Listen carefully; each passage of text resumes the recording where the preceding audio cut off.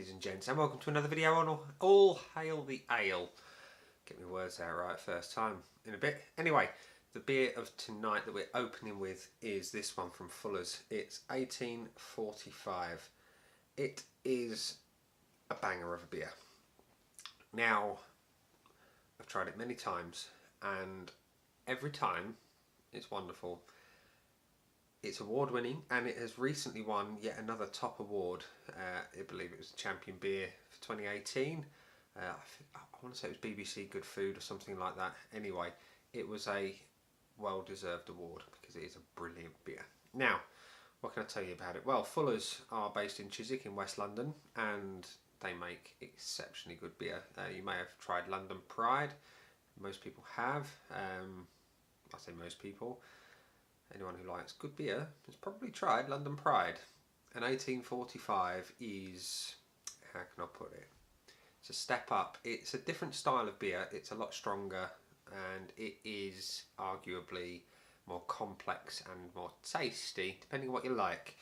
Anyway, what can I tell you about 1845? Well, it weighs in at 6.3%, and it says on the back of the bottle, first brewed in 1995 to commemorate the 150th anniversary of Fuller, Smith and Turner, this bottle condition recipe is inspired by the original Fuller's brewing books. The amber malt and Golding's hops combine to create a delicious fruitcake aroma. As this beer is bottle conditioned, we recommend it is stored upright and poured carefully. Well, let me tell you about what it says on there. The fruitcake aroma isn't just in the aroma. It is very much in the tasting as well. And yes, they're right, it's bottle conditioned, so there's a little bit of yeast in there and it's left, and you've got to make sure you don't pour the last of the bottle out, otherwise you'll get it in your glass. And it is what it is. Some people don't mind it, other people do. I personally prefer it without. Anyway, let's crack on. So,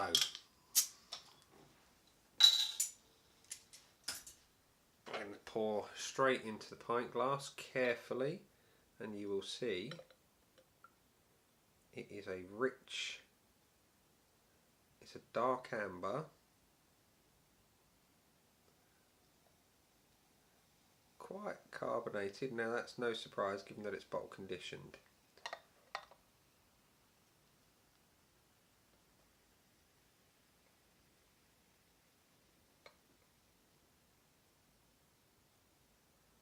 Starting to get the bits, so I'm pouring carefully now. Probably leave that last little bit in the bottle, and there we have it. Like I say, it's a dark amber beer, verging on mahogany. It's got a decent head on it. It's a finger's worth of head. It's kind of an ivory colour, and the aromas. They're rich, they're dark, they're fruity. It is literally like a Christmas cake in a glass in kind of an amber beer format. Beautiful. And it smells stronger, if that makes sense. It doesn't smell boozy, but you can tell there's more to it. There's more depth in the flavour, certainly in the aromas as well. That kind of indicates there's a little bit more going on. It's not kind of bland and missing something. So onto the tasting.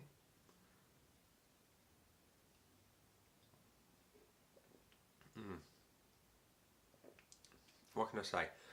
Well, as I said earlier, there is definite fruitcake notes going on. You've got those real dark sort of dried fruits, you know, the raisins and the sultanas, those kind of notes going on. There's something nutty going on as well. But that's all backed up by a big, rich, sweet malt. And it works just so well. So well.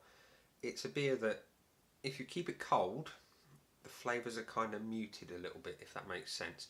When it warms up to, let's say, room temperature, or maybe just slightly less, you know, it brings the flavours out. They develop a little bit more, they're a little bit more intense, and they are spot on.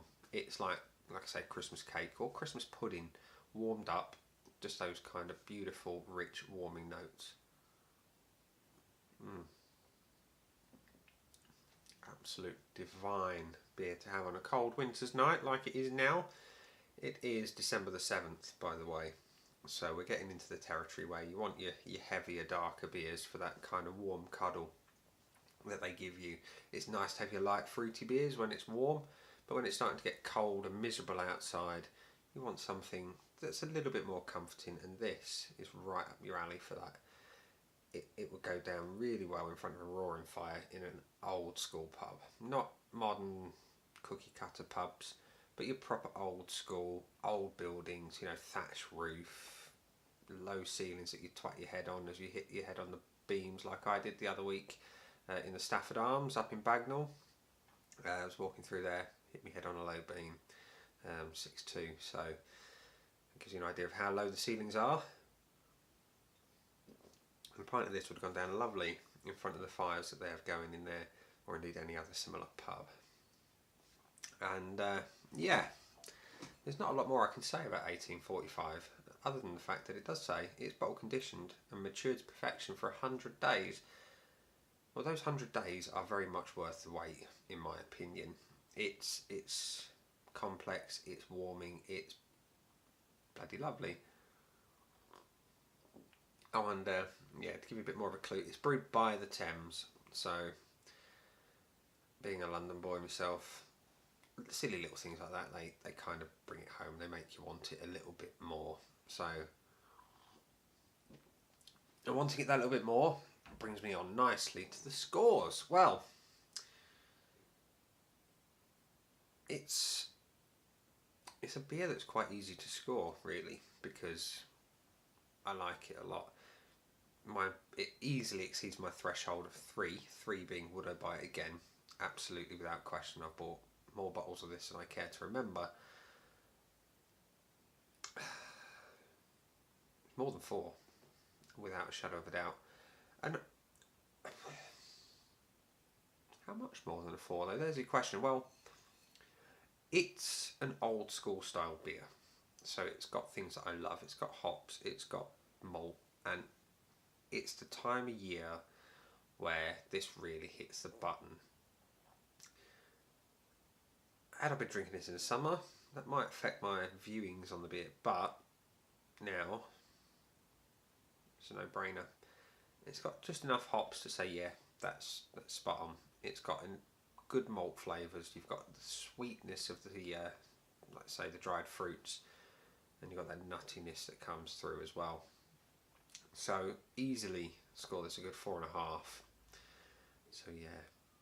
Oh, and one tiny little thing I didn't mention that mentions on the bottle. Don't know if you can get that right there. Camera says this is real ale, which it is, and it's a very nice real ale. It's really nice. So, ladies and gentlemen of Fuller's, thank you for making such a wonderful beer that I can enjoy on this cold winter's night on December the 7th, 2018. Yeah, because it is cold, it's chilly. I've had my kebab. Now having a good few beers to relax and enjoy the evening. So again, thank you for watching, ladies and gents. This has been the Fuller's 1845. I've been Nick, and I will see you again soon. Bye.